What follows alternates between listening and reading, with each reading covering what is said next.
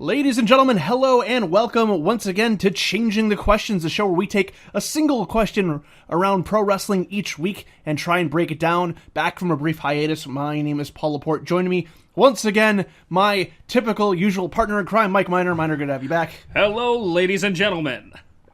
And for this episode of Changing the Questions, we're never one to shy away from controversy here. And this is topical, considering what has recently happened. The question that we are going to be asking today is Vince McMahon racist?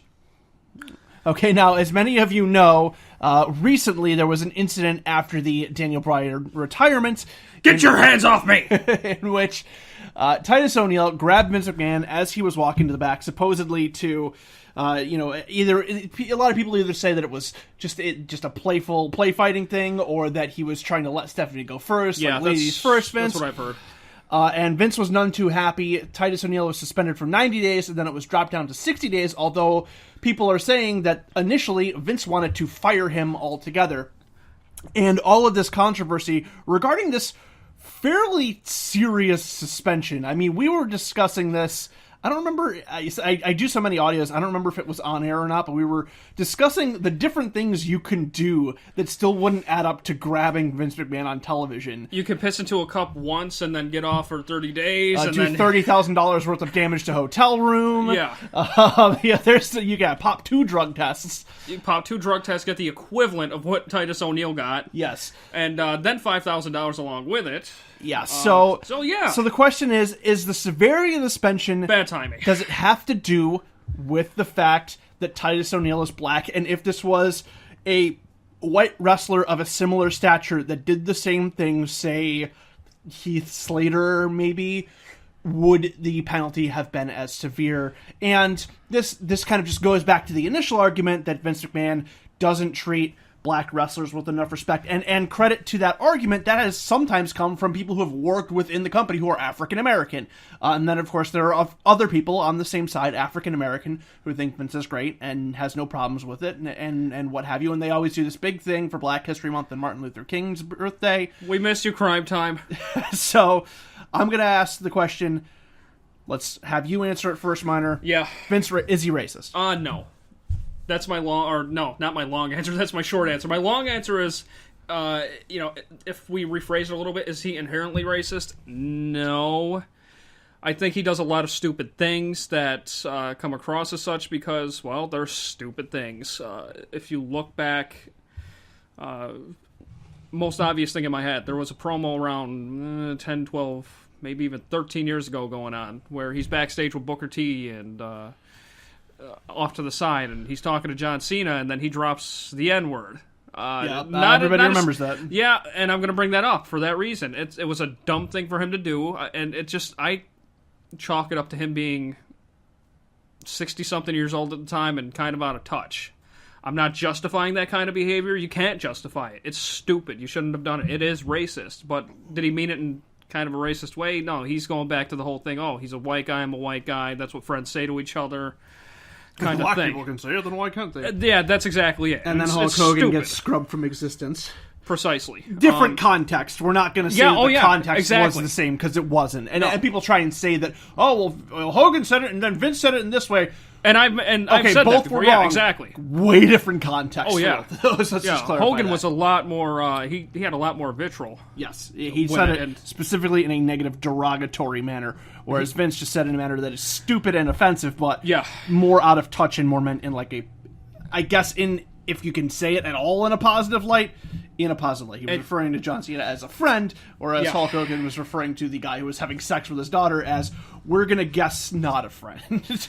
Yeah, but that's bad. It hurt Hannibal Buress that Hogan was racist. I don't know if you knew that. Yes. So, yeah. I was there for that stand routine. But anyway,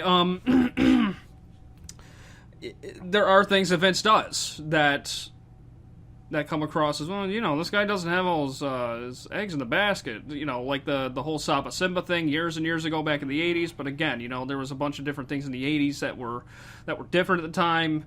You could drop the homophobic slurs around. Some people were more loose with the way they were portraying people on film, stereotypes as far as different nationalities go.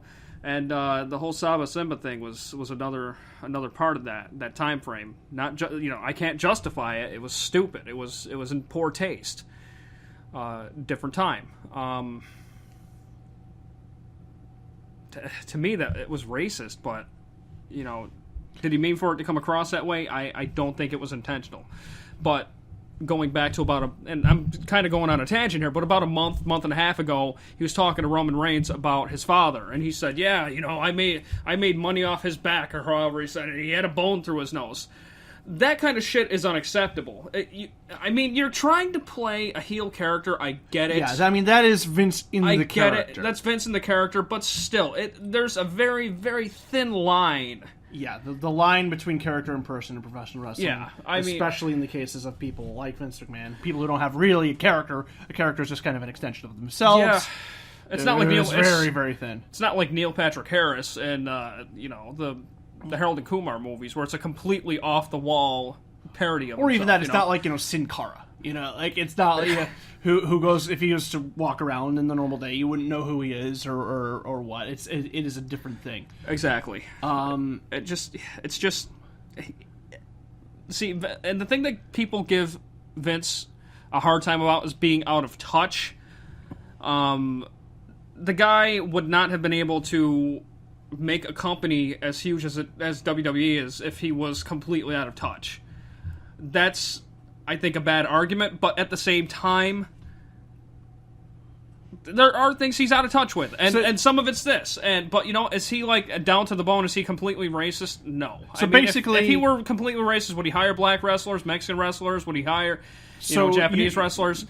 You're making the argument that Vince is no more or less racist than any other 70-year-old man. That's basically the argument you're making. Yeah, I can't justify what he says or what he does because it's stupid. It's a different day. Get with it. Mm. Not everybody's going to see that or evolve with it because they figure, you know what, I'm set in my ways. I'm fine. They don't see that they're set in their ways. They just kind of go with it, and they just keep going, and they don't change because they think the world's the same way as it was 30, 40 years ago. So, okay, so my opinion on this, I see where you're coming from, and I do agree with it to a certain extent. The Titus O'Neil thing, I don't believe it was racism. I think if neither do I. Heath Slater or Adam Rose or anybody else grabbed his arm, they would have gotten in just as much shit, if not more. If it was John Cena, yeah, exactly. Titus O'Neil's the punishment on Titus O'Neil reflects more his position on the card than the color of his skin.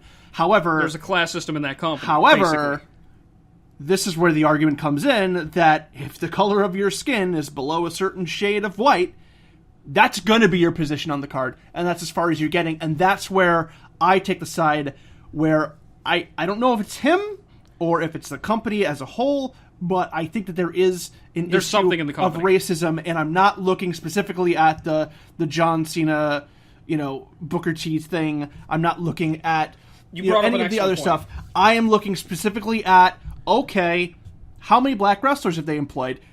I mean, a lot. They've employed a lot of black wrestlers. How many black world champions have they had? If I could cut you off for 1 second, okay. You brought up an excellent point. Now that I think about it, Bobby Lashley. You remember when he was around, how he was getting pushed to the moon, and then, he said, I can't take this anymore. He just he was injured, and then, boom, gone. He just left. Mm-hmm. And what he said, racism. Underlying racism with creative or somewhere within the company. Yeah, and that's the thing, is that everybody seems to think that when you throw the word racist out there, that it has to mean that whoever is being accused just, unequivocally and passionately hates other races. And that's not what racism is. Racism is simply treating people of one ethnicity different than you would treat your own or another. And I think if you look at the history of the company, you can't say that that's not true. You look at when most African American guys, workers come into the company, they come in as the thug or the playa, or the sexual chocolate. Exactly. The pimp, the savage. There's like an archetype of 5 people they can be. But we also have to think back, how long ago some of those were. They were 20 years You're ago. Right. But like I said, you can't justify that. But there were some things that were fun, and the guys had fun doing them, but you can't. It's a very, very, very thin line that you're riding with that kind of stuff. Right. And that's the thing, and it's a question of, it's almost a chicken or egg thing, because the argument that some people will make is that, well, this is just the way things were at the time, or this is the way the public that watches professional wrestling sees black people, so we have to cater to that, which I believe is a bullshit argument, because you can set the tone. Exactly. But nonetheless, and again, like I said, I don't think it ties back to Vince specifically being quote-unquote racist. I don't think he sees a black guy and goes, I hate that black guy. I mean... You can look at Del Rio for a couple of years ago, for God's sake. Right. Or, you can look at the fact that, James Dudley was black, who was inducted. He happened to be Mrs. McMahon's driver. Maybe that's not the best example. Yeah. He may have been the first black guy to go into the Hall of Fame. Of course, that was back when it was much less frequent than it is now. Much smaller. Yeah, exactly. Not even televised. So I think it isn't a thing of like Vince McMahon. I don't think Vince McMahon hates black people or hates Mexicans or hates gay people or hates anybody part and parcel as a whole. But I think just somewhere deep down, and again, I don't know if it's him, I don't know if it's something else in the company, although he ultimately has the final say, so if he wanted to, give Darren Young the WWE title, he could certainly do that if he wanted to.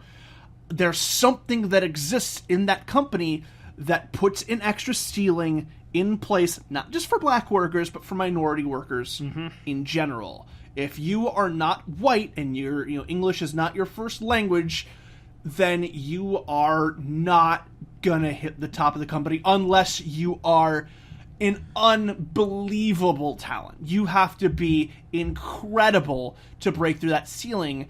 And just look at the company's history for the past, we'll say, we'll take the modern era with all the modern mindsets that come to it, and the free thinking and the open-mindedness of the 21st century. We won't even go back to 2000. We'll just go back 10 years. How many black world main title champions have they had?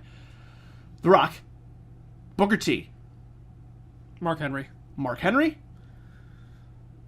See, and this is the Lashley problem. was ECW, but I wouldn't consider that. They kind of they loosely threw the term world champion, ECW world champion around, but it was very knows loose. That was very, a tertiary title. Yeah. That wasn't even a secondary title, because they had the WWE, the World Championship, and the ECW Championship. Yeah.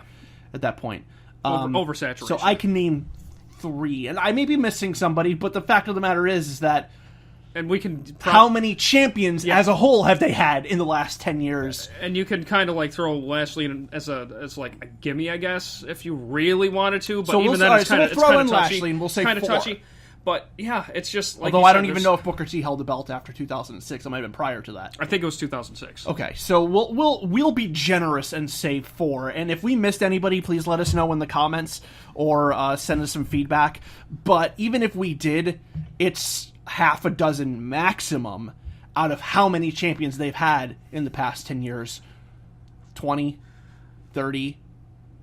It's less. I'm doing my best Yoshitatsu commentary by nodding my head. So. It's less than 20%. Yeah, it's a little bit sad. I mean, you want to do what's best as far as drawing a crowd and booking and everything, but come on, look at, what was it, 2002 with Booker T and Triple H, 2000? People like you aren't world champions. Oh my God, that was terrible, man. And they could have capitalized on that right then and there, and but they didn't. That could have been tremendous for the company, but they pissed it away.